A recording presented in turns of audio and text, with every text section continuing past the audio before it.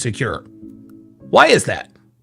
And then she wants to bitch and moan, Why is it that when a woman doesn't trust her man, they call it intuition, but when a man doesn't trust his woman, they call it insecure?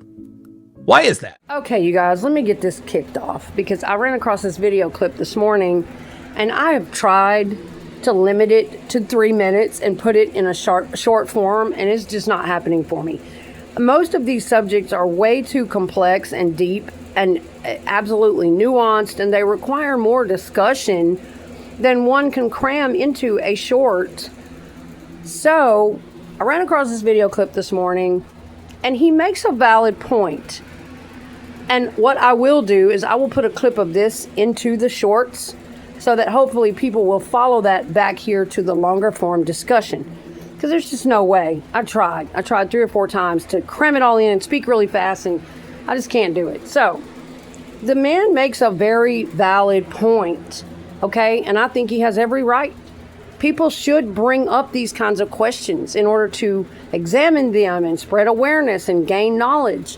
It is perfectly okay to bring up a valid complaint, to address our shadow, our darker emotions, things we feel are unjust or unfair. Absolutely. But to just bring it up and leave it hanging there like that, and, I know it's hard to fit. People are trying to make these shorts, and content creators will do anything now for views. I know. Rage baiting and, whatever they can for engagement and comments. And I know how difficult it is to fit things into a certain amount of minutes, and then it gets cut off. And so it just kind of got left hanging there, that complaint, and it leaves people feeling upset, triggered, betrayed, rage baited, with no further knowledge. To me, that's what it's about. Sure, bring up something negative, confront it, go deeper into that shadow, but do it for education, for real educational purposes, for bringing enlightenment and knowledge to the collective frequency, to helping people gain some perspective that they didn't have before, instead of just rage baiting them and leaving that hanging. And then they're left after watching that video with a sense of betrayal, anger at the opposite gender, or anger at other people, unresolved issues. That's where I'm coming from. So I wanted to take it a bit further and delve into this topic because I think it's a good topic. I think it's a valid question to examine. Why is that? I just didn't like the way he left it and didn't examine it further, give people any answers. It's okay to provoke people to think, but at the same time, give them some different perspectives so that they can bounce off of those and not just be left with a bunch of rage.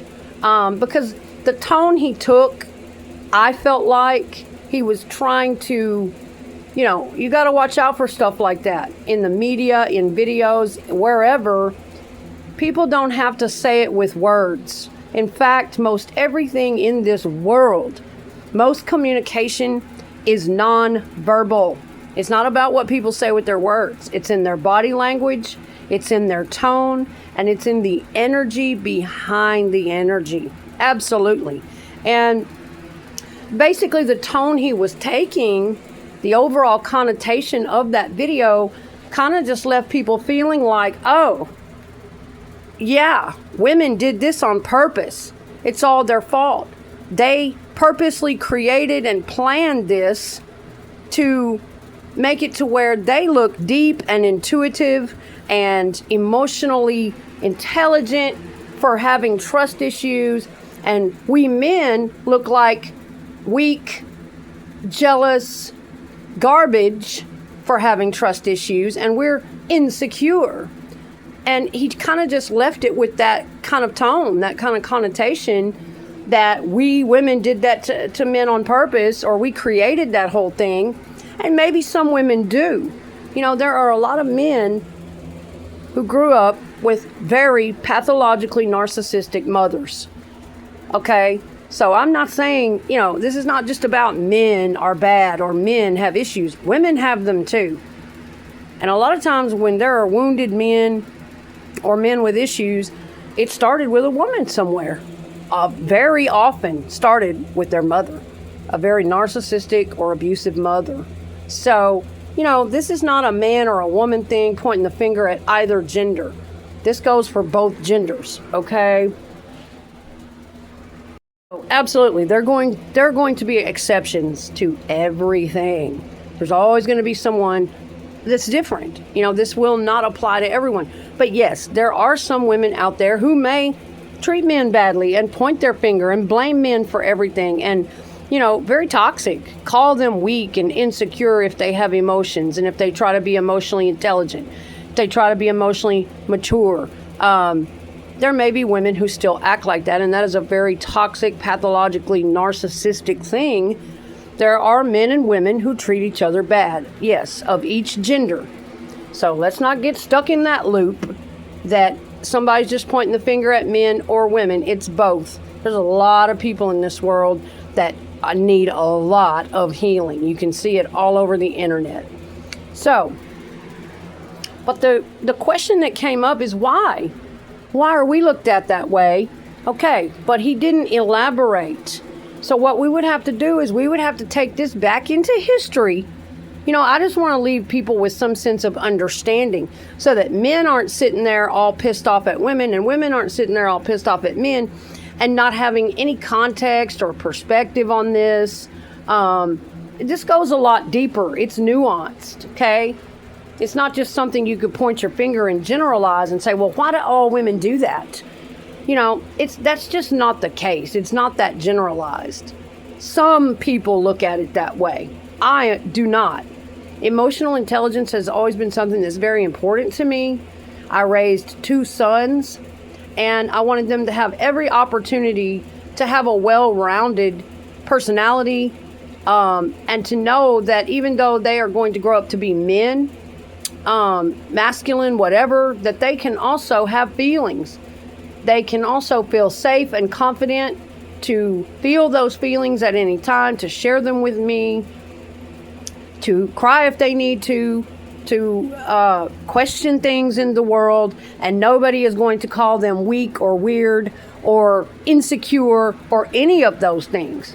It starts when children are young, teaching them how to develop that sense of self, that strong sense of inner identity of their own, and that confidence so that the world can't pick them apart and make them feel insecure.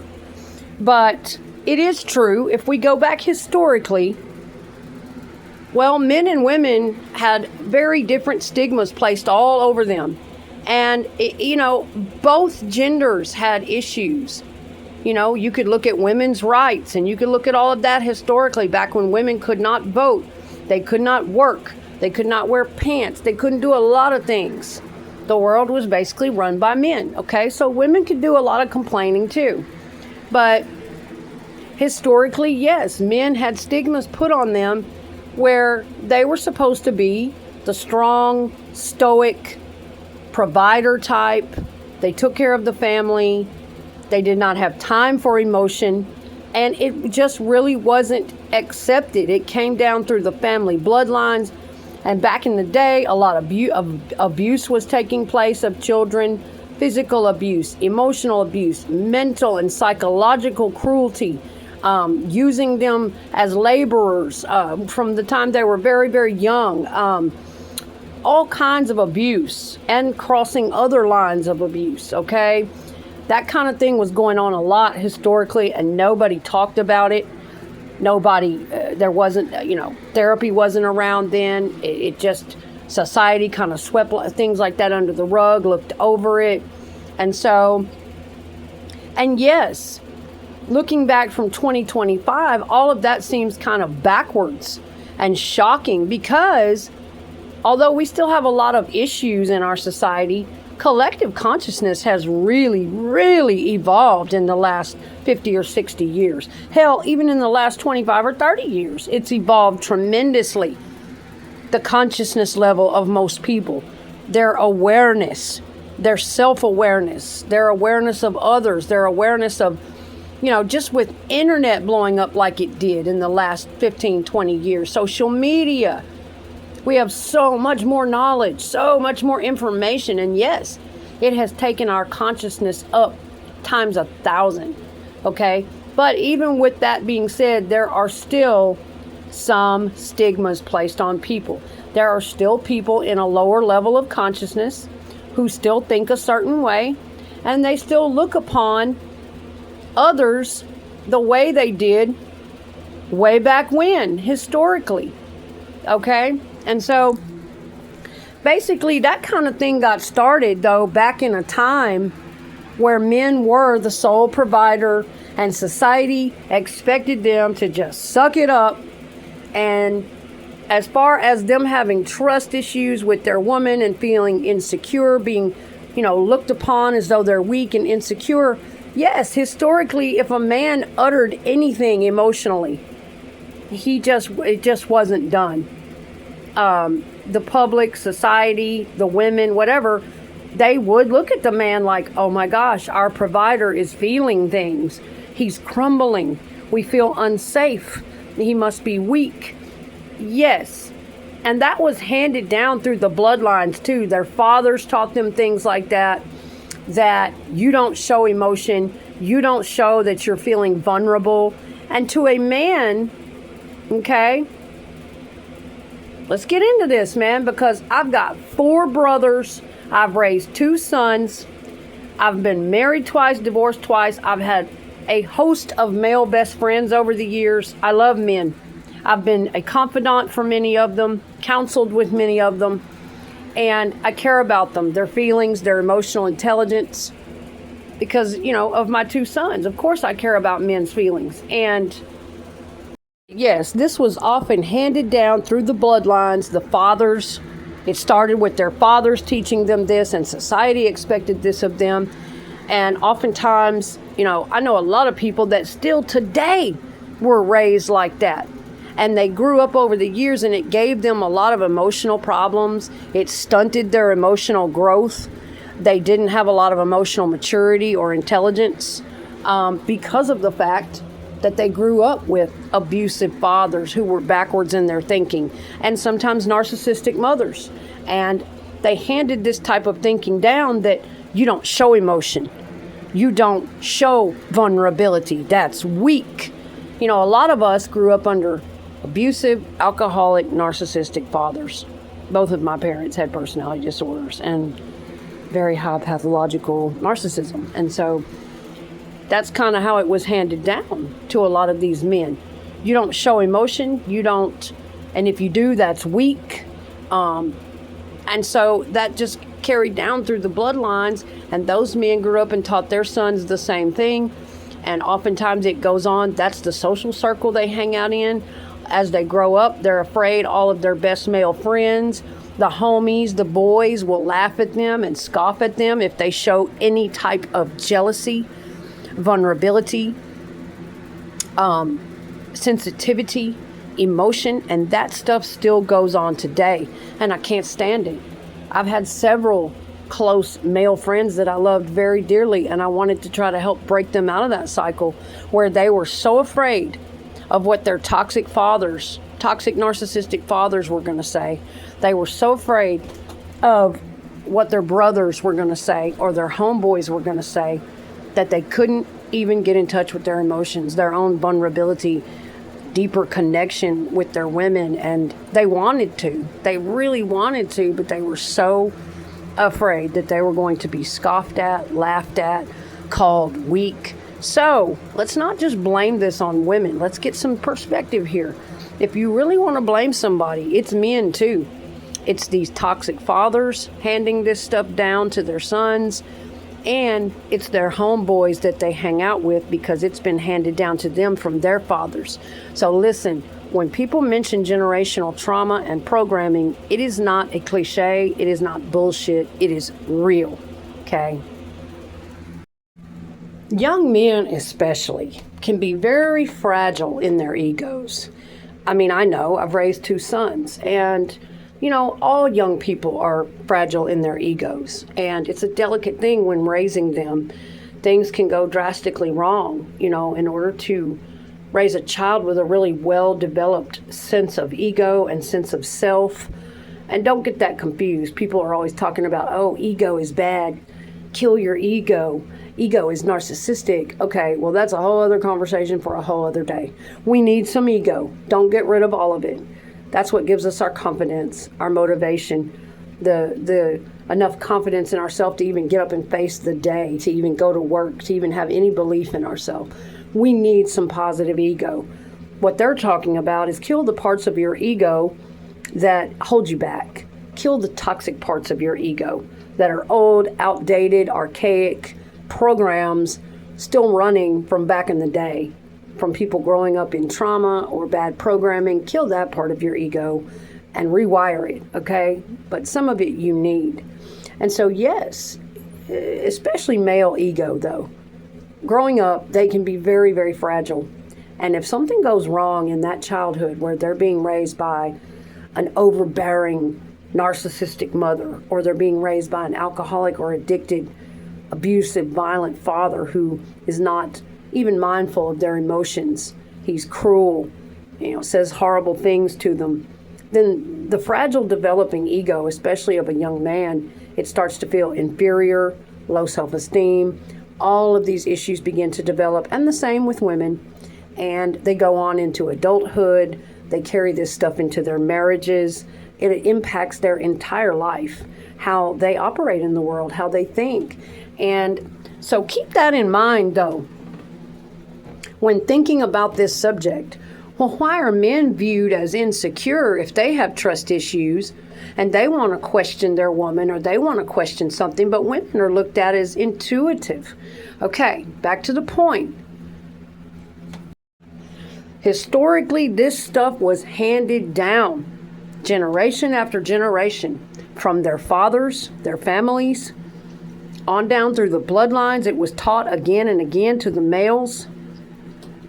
Society treated them that way as well. That's what was expected of them, that they hold their demeanor, that any show of emotion, any show, typically even guys today, if they've been raised in trauma or they were around narcissistic parents, they didn't get any therapy, they didn't get to rewire and work through those issues. Even some men today, I've had several male friends that have gone through a lot of that type of stuff.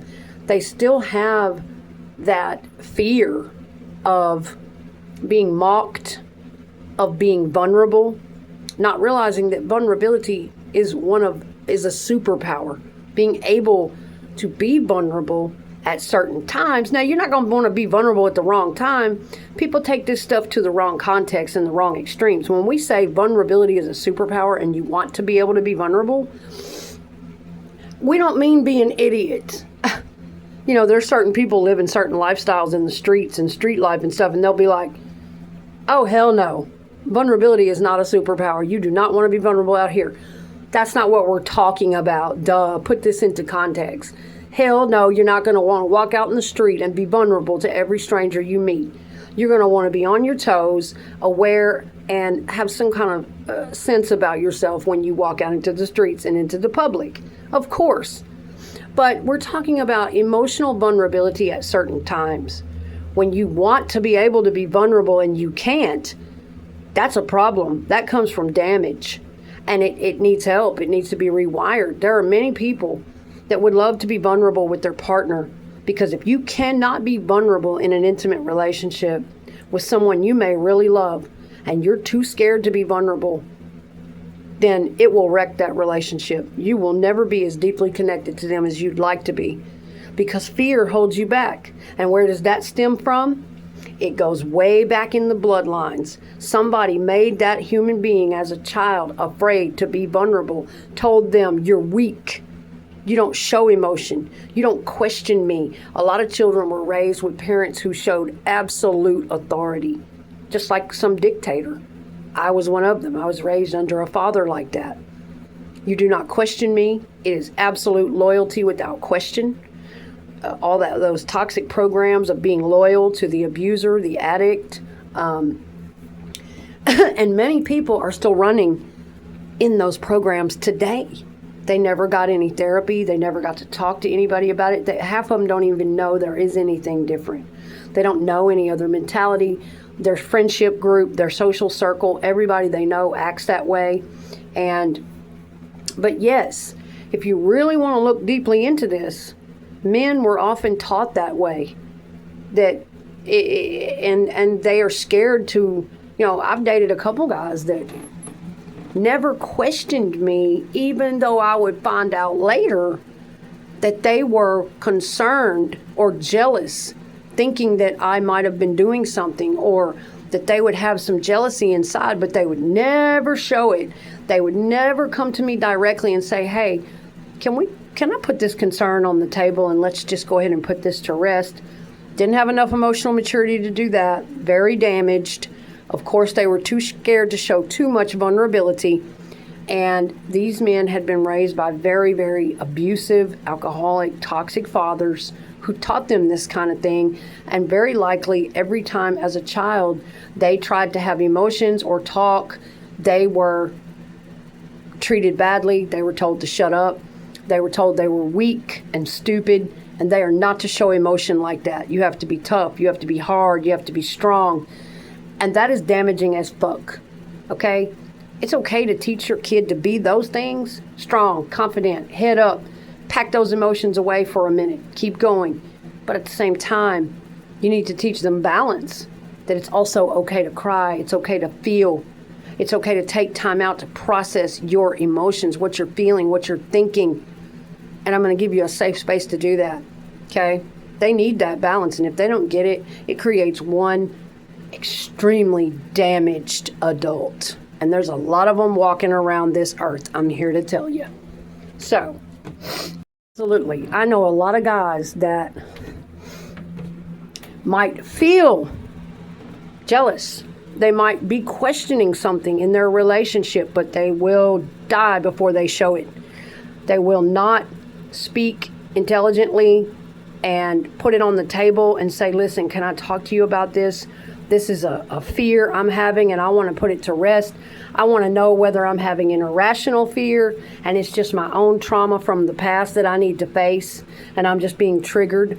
Or is it something you're really doing? I want to go ahead and confront this and discuss it. Oh, no. Do you know how much emotional maturity that takes? Do you know how much emotional intelligence that takes? And a lot of men and women just don't have it. They don't have it. They're unhealed. They are wounded. They haven't had any therapy or rewiring. They haven't worked on these things, and they're still walking around in trauma programming. And there's no way they would talk like that. They don't even know how to begin to talk like that. So what they'll do is they'll keep it a secret resentment. They will be having questions. They will be having trust issues, but they would rather die than communicate healthily with you, or because they are still running on that fear program that their parents taught them, that I'm going to look weak, I'm going to look jealous, that makes me look weak, that makes me look vulnerable, that really shows my insecurities, and I'm not doing it. And they are trapped in that fear-based program, okay? And so if you really want to get down to the heart of this, it comes oftentimes from their parents, their upbringing, and their social circle. They are also afraid, oh, hell no, I don't want that woman to think I'm weak. I don't want to display my insecurities to her. That would make me look insecure. If I had trust issues, if I questioned her, even if I talked to her in a mature way about it, she would still have the upper hand, or she would know how much I feel for her and that I'm a little bit vulnerable about it. Heaven forbid. Well, God dang. That's what having emotional intelligence and emotional maturity is all about. You don't fear any of that because you have a strong sense of self-worth already. You have a strong, confident sense of your own identity, and you know that you love yourself. And if you fall or your relationship crashes or that person judges you a certain way, that you can always catch yourself. You are a self. See, that makes all the difference. But these people walking around here so wounded and codependent and, I got to wear this mask. Really inside, I feel this way and I feel that way. And I'm jealous and I'm resentful because I can't talk about it. Oh my God. It just spirals into this vortex of toxicity. And then they'll start acting out. Oh, yeah. If they can't communicate with you and they're living in a fear-based programming where they can't show any vulnerability, they can't communicate, they will start acting out. They will sometimes be so resentful that they will find passive-aggressive ways to punish you. They will sometimes even go cheat on you. All of this because they are overwhelmed by the depth of their feelings for you. Having deep feelings for somebody really triggers up a lot in wounded people.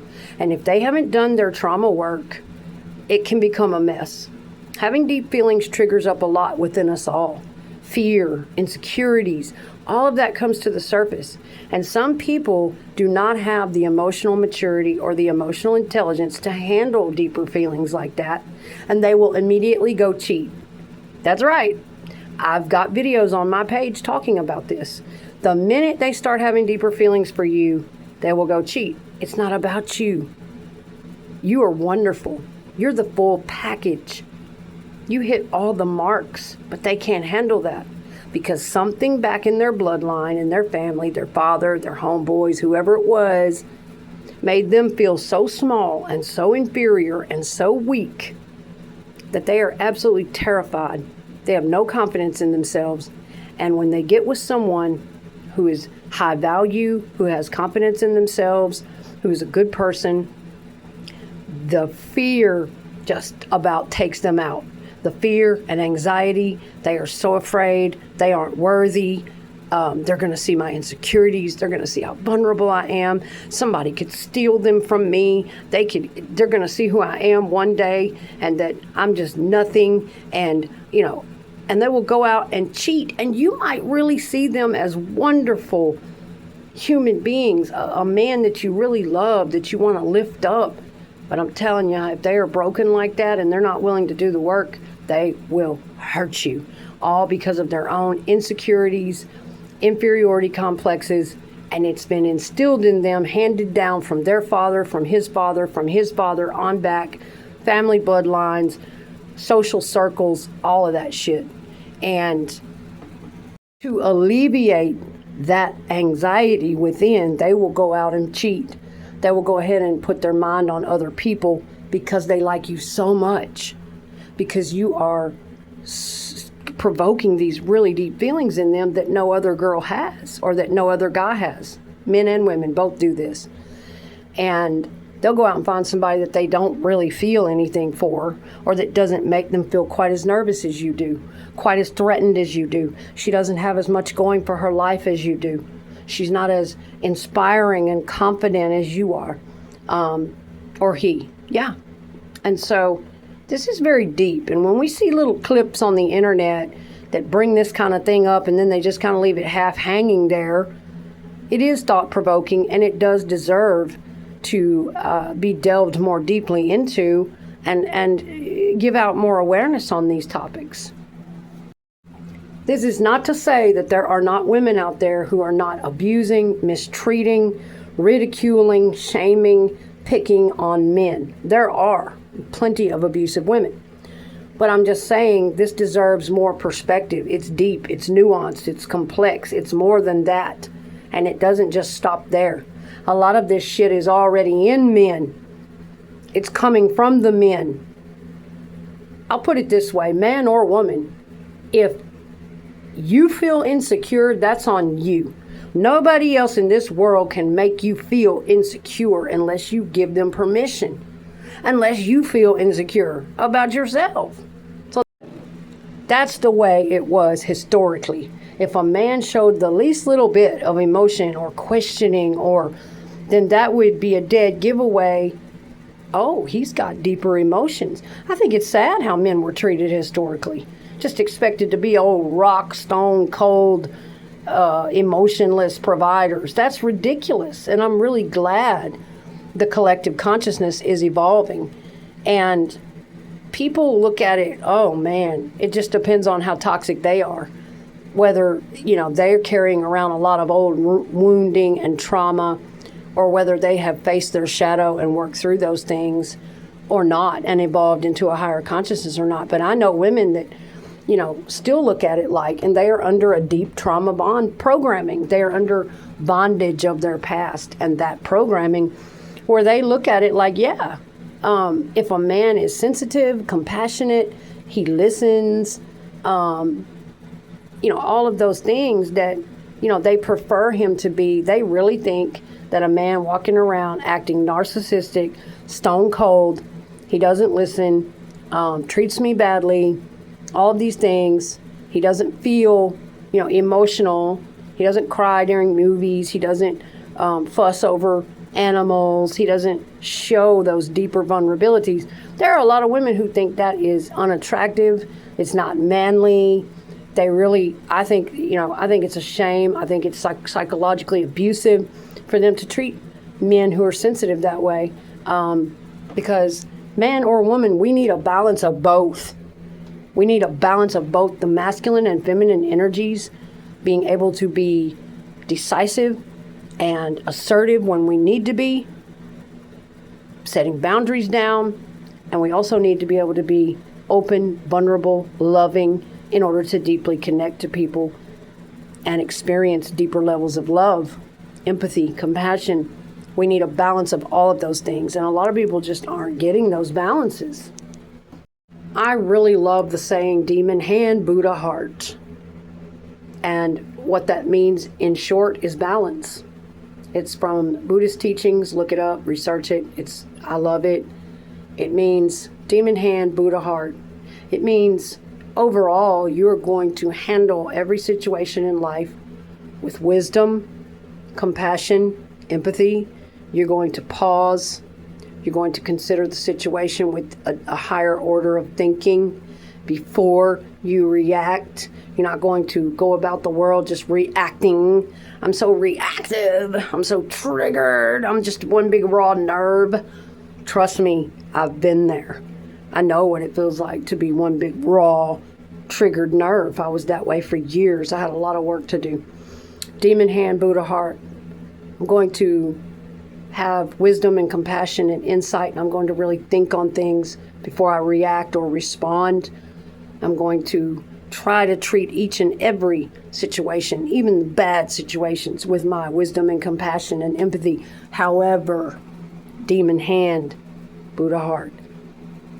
However, if I need to be fierce, I will be. I'm not a stupid ass. You're not going to play me. I'm keeping one eye open. I'm watching all layers and parameters of the situation. And if I absolutely have to strike or I have to protect my own, I fucking will. That's what that means. It means doing things within balance, keeping your senses about you, but not being one extreme or the other. Because if you're too compassionate, too empathetic, too passive, even that can be a negative. Absolutely. It can be toxic as hell. If you can't set a boundary to save your life and you turn into this complete doormat enabler of a person, then you're not doing the world any favors. You're not doing the people around you any favors. You're just continuing a cycle of, it's not an example for anybody. It's just letting people walk all over you, and it will invite trouble to you. It will make you a target. So it's always good to have that balance of being decisive, being able to set boundaries, being able to say no, being able to know your self-value and your self-worth, protect your stuff, protect your family, but at the same time, you do so with compassion and empathy, and you don't just react like a wild animal. I really like that balance. But yes, I think that's an unfair standard. The point that he made. Why is it that women are looked at as intuitive and deeper emotions? And why is it that men are looked at as insecure if they bring up trust issues? But I've told you what that's all about historically. A man, it's not just women looking at men that way.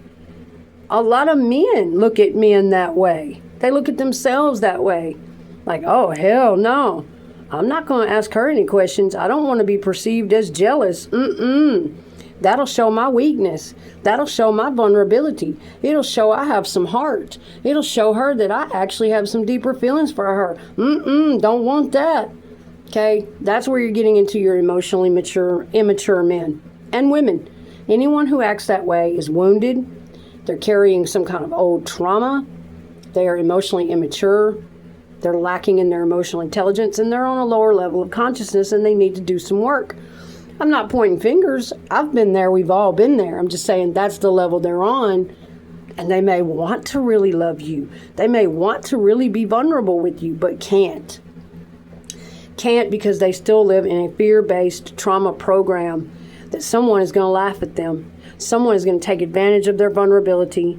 Someone's going to scoff at them like their father or mother did, or on back. Someone is going to call them insecure and weak. Yeah, it's exactly. So let's keep our perspective about this. Anything in this world is not just cut and dry. We are multidimensional human beings. Everything is multidimensional, very layered and nuanced. There's always more than one perspective going on, and more than one reason for everything, more than one purpose for everything. One thing can serve a million purposes, absolutely, just depending on how you want to take it, how you want to look at it. Personally, I never look at men that way. So the women that he's referring to in the video would probably be women who are still emotionally immature, either carrying around old trauma and on a certain programming, or they are still a bit emotionally immature. They haven't become well developed yet emotionally. They need to work on their emotional intelligence. And personally, I don't look at men that way. I'll be 50 next year, and I'm older. I've been through a lot. I've had a lot of experience, a lot of therapy. But personally, I never look at a man that way. If he has a genuine question about what I'm doing, where I've been, I don't mind at all. And I never try to take advantage of his vulnerability. When a man is courageous enough and confident enough to show me his vulnerability, to have emotional intelligence, to speak honestly with me, I absolutely respect that. I honor that. I would never want to hurt or betray that. And so I don't ever look at a man who has a genuine question, is this an issue? If he's having trust issues, I want to know, okay, how can we get to the root of this, the genuine root? What's causing then this within you? Tell me what I did that might have triggered something from your past, and because of your old wounds or your childhood or your programming, how you were treated or something, maybe your first wife cheated. Often that is happening within a person. It's not even something you have done. It's just their deeper feelings for you are being so triggered up, and it's triggering up all of the things that their parents did to them, that their ex-wife did to them, that's been done to them in their life, and they are becoming afraid, and they are projecting it over onto you. What is she doing? What is he doing? Their partner. Well, are they cheating? I have trust issues. A lot of times, it's nothing you're doing. You're not even doing anything. You're great. You're loyal to them. You love them. You're bending over backwards. But they have all of these issues from their childhood that they have never confronted. And a lot of them don't even realize that's what it is. They don't even think about it. They're not even consciously aware of why they are suddenly having trust issues and why they are starting to feel so anxious and afraid and vulnerable and having to keep it all a secret and wear that tough, hard exterior mask. It nearly kills many of them. They drink themselves to death. They drug themselves to death. They end up emotionally abusing people and otherwise because they are so trapped having to wear this hardcore exterior mask in order to fit in with all their men friends and their father and the father before him and the grand and the great grand, and not be scoffed at and made fun of, but yet they so deeply long for a place to release that energy, a place where they can be safe to really truly be themselves. I've experienced that, where a man really wanted to grow. He really wanted to Just admit, I was born sensitive. I am a sensitive man. I have fucking feelings. And that's okay. But I'm also a strong man. You know, it has nothing to do with their masculinity. It has nothing to do with any of that. But I'm also an ass-kicking man who can protect you, who can provide for you. I'm just going through some things. I've been broken. I'm grieving. You know, and I've been around people like that who really wanted to just be themselves, embrace every dynamic, every part of themselves, every facet, because we are multidimensional. And they would be really catching on to that higher wave of consciousness that, wait a minute, I am a man. I am very masculine. I'm very strong. I'm a hard worker. I'm a good provider. I can take care of you. I can do these things. You know, I can protect you. A lot of times men need to feel all that, but at the same time, I sometimes fall weak like any other human. Sometimes I am overcome with fear, anxiety, grief, sorrow, brokenness. I need to cry. I need to move some of this emotion. And there is absolutely nothing wrong with that. And I support that fully. And I get very angry with women who don't and who try to pick on or twist up a man like that, make fun of him, send him back into that shell of protection that makes him narcissistic, that makes him have to put up those high walls of toxic defense mechanisms and treat everybody badly. I can't stand somebody who does that and doesn't provide a safe space for a man to continue to evolve and grow and move some of that energy. I know a lot of people who have been right there at that jump off point. They knew there was more. They knew there was more than what they had grown up with their father. They knew there was more than what had been going on with their homeboys, than had ever gone on in their social circle. They knew there was higher consciousness, deeper love, deeper compassion, deeper feelings, a place where you can be vulnerable without ridicule, without people shaming you and scoffing and picking, where you can be weak, you can be human, you can release things without ridicule. They knew there was more, and that actually facing that kind of thing in yourself is the only way out. It's the only way to heal. It is the only way to your true power. And those men and women not facing and not allowing themselves to feel that kind of thing, they are not growing. They are stuck on that one level permanently and walking around with their head in the air, boasting, I'm so strong, I'm so tough, I don't have emotion, I don't feel shit. But they are not growing an ounce. They are on a much lower level of consciousness. Hey, and that's okay. Maybe that's where they need to be, but I'm just saying. I have been around men who truly wanted to continue evolving and just find their balance in that way, but would shrink back out of fear. They had been so deeply ingrained and so abused in their early life. And I'm talking about men who are middle-aged, 30, 40 years old. They had been so abused and ridiculed and shamed in their early life, and that programming was just so deep that it was hard to get some of them out of it, and they would shrink back into fear and insecurity and, you know, being afraid to just confront those things. You know, what is it that's making you feel insecure as a man? What is it that's making you feel inferior?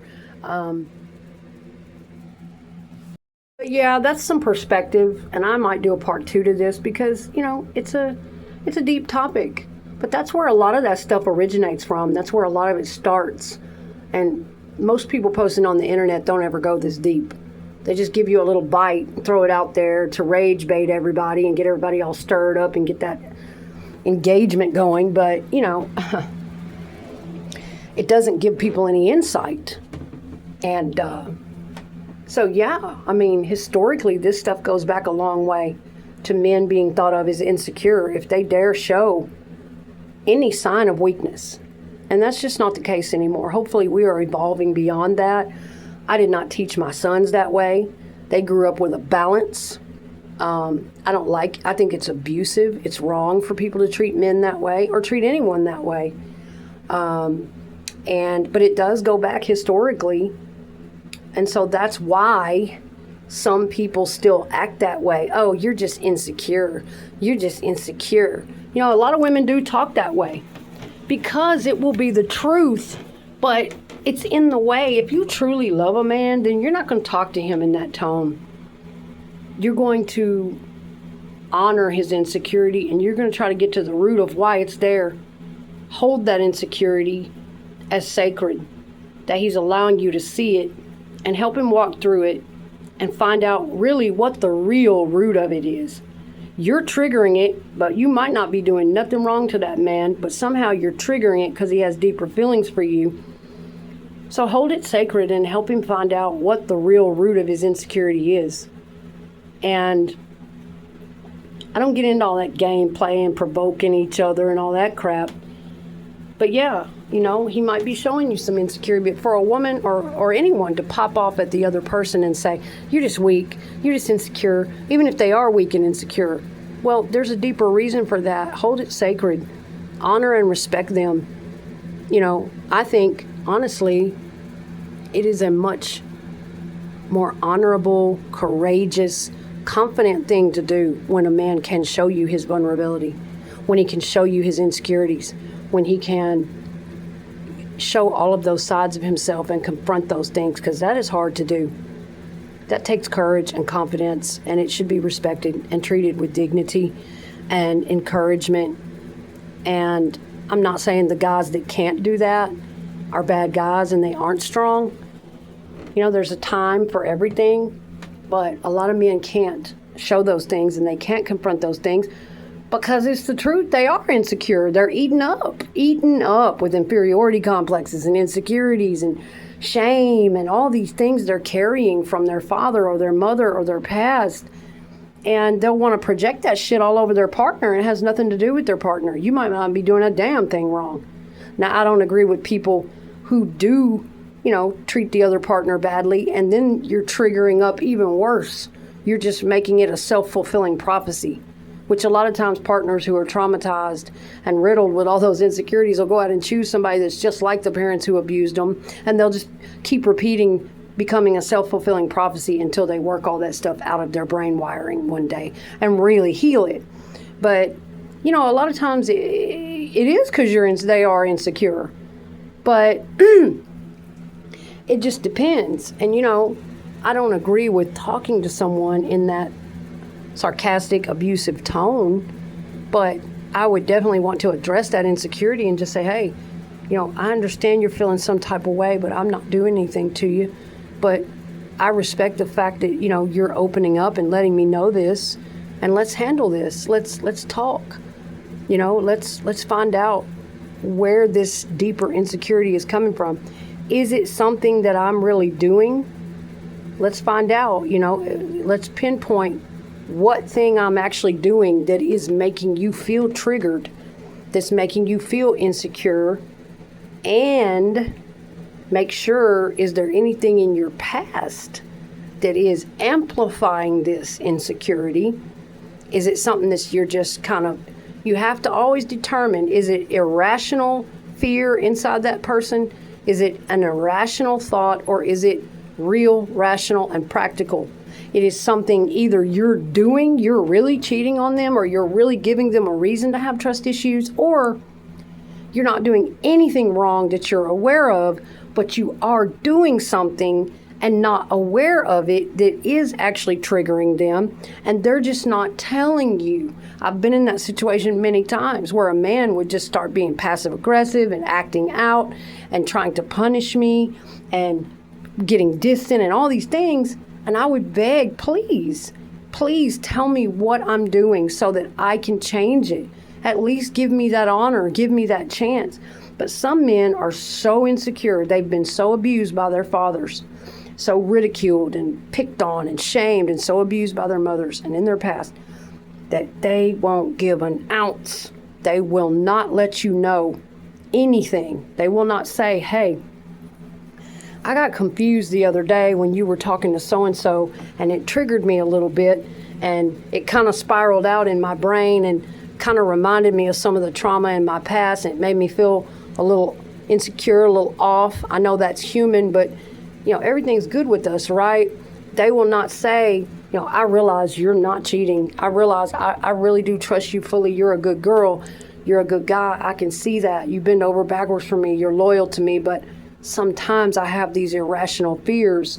You did this, and that the other day, and it kind of looked like a big deal, but it really wasn't. And can we clarify, what all that's about? They won't give you squat.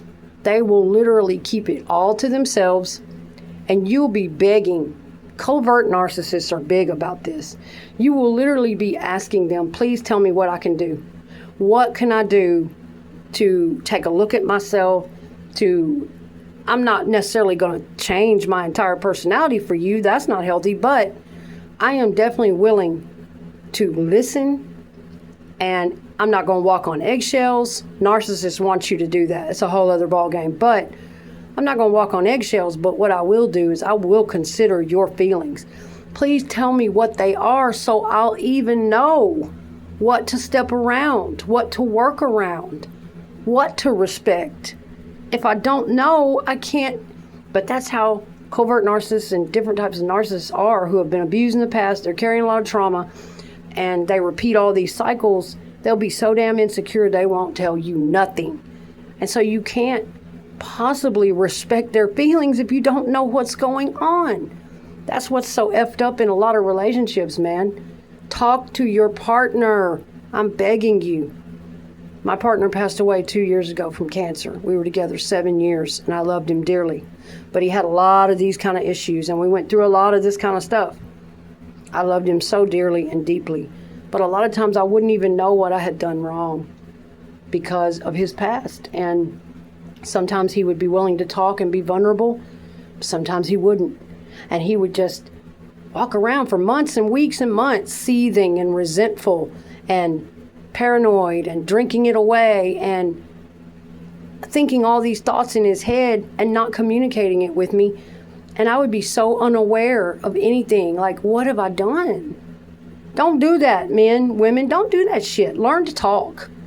Learn to communicate.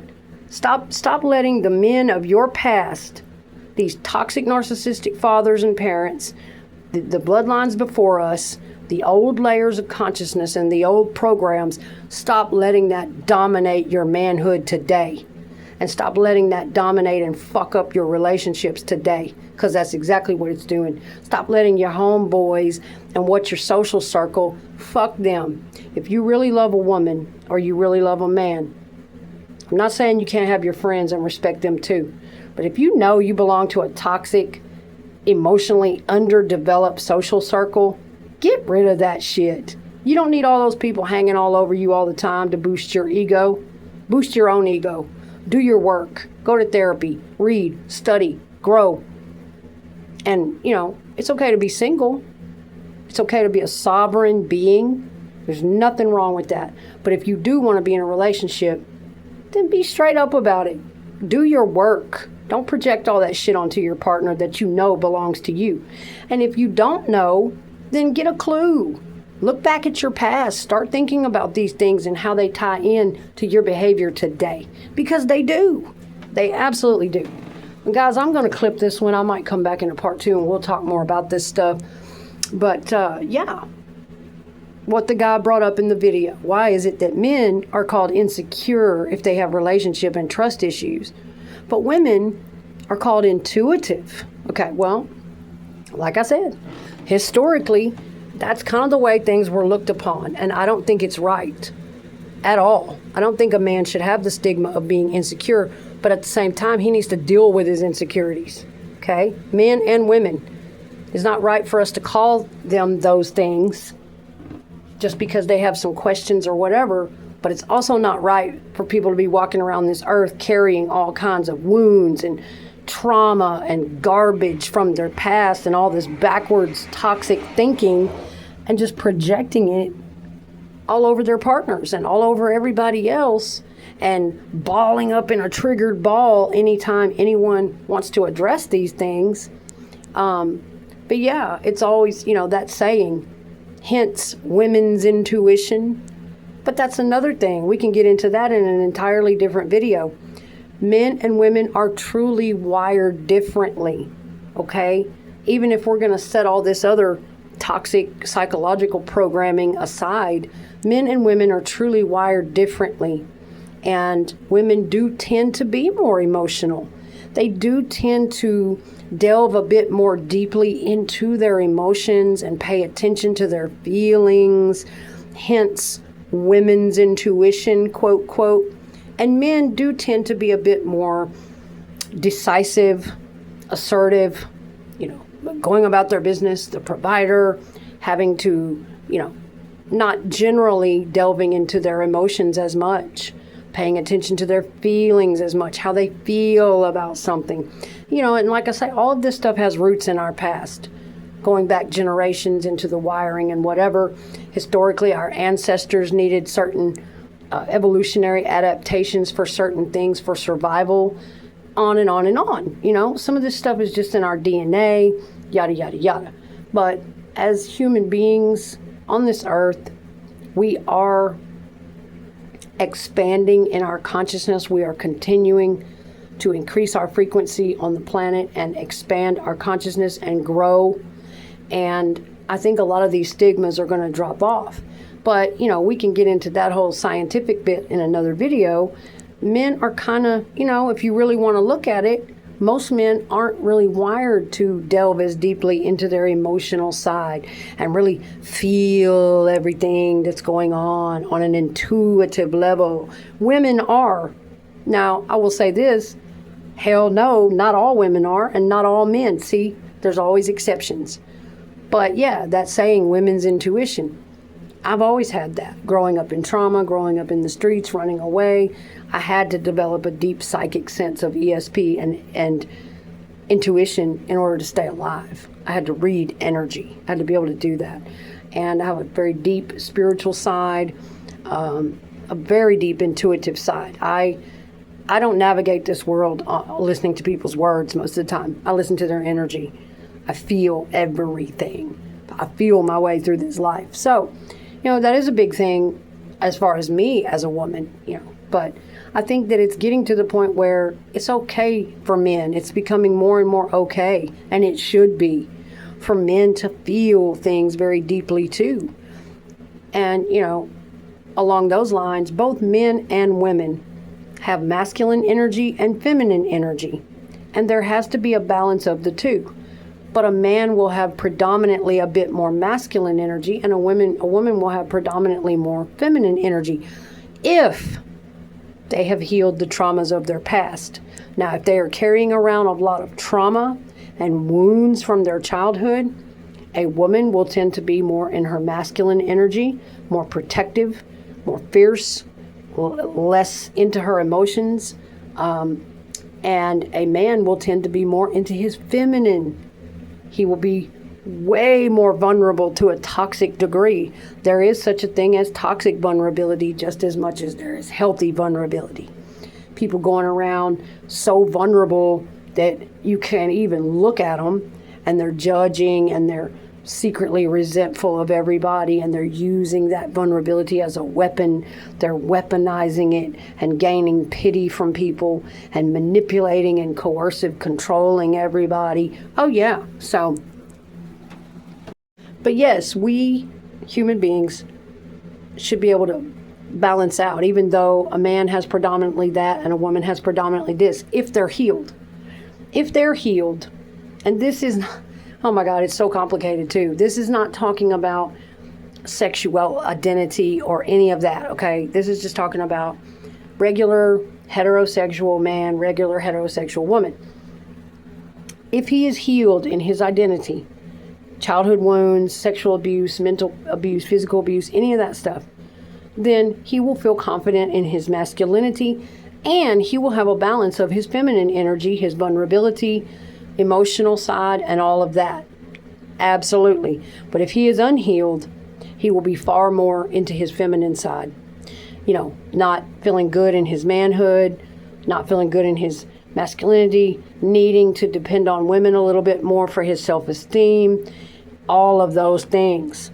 A woman, the same thing. If she is healed, she will be able to walk more in her softness. She will be able to receive more She'll be more open and loving and compassionate in that way. And she'll be able to feel complete and whole and safe as a woman in her womanhood and around other women. A woman who is unhealed, and I should know because I walked this path for many years, she will be more in her masculine energy. She will not trust women as much. She will hang out with men more. She will sometimes even dress like a man. She will have more, fierceness, and she will have that guard up even more. And she will be afraid of her softness, afraid of her vulnerability. A woman who is healed can walk in that vulnerability, that softness, and have full confidence and courageousness that she can also be fierce and tap into her masculine assertiveness and boundary setting when she needs to. So each human really needs to have a balance of both energies and walk in their most healed version of themselves. But a lot of people are not and cannot do that. And so that is when you will see the insecurities eating them up and all of these things happening. But yes, I will come back and we will talk about more of this in a part 2.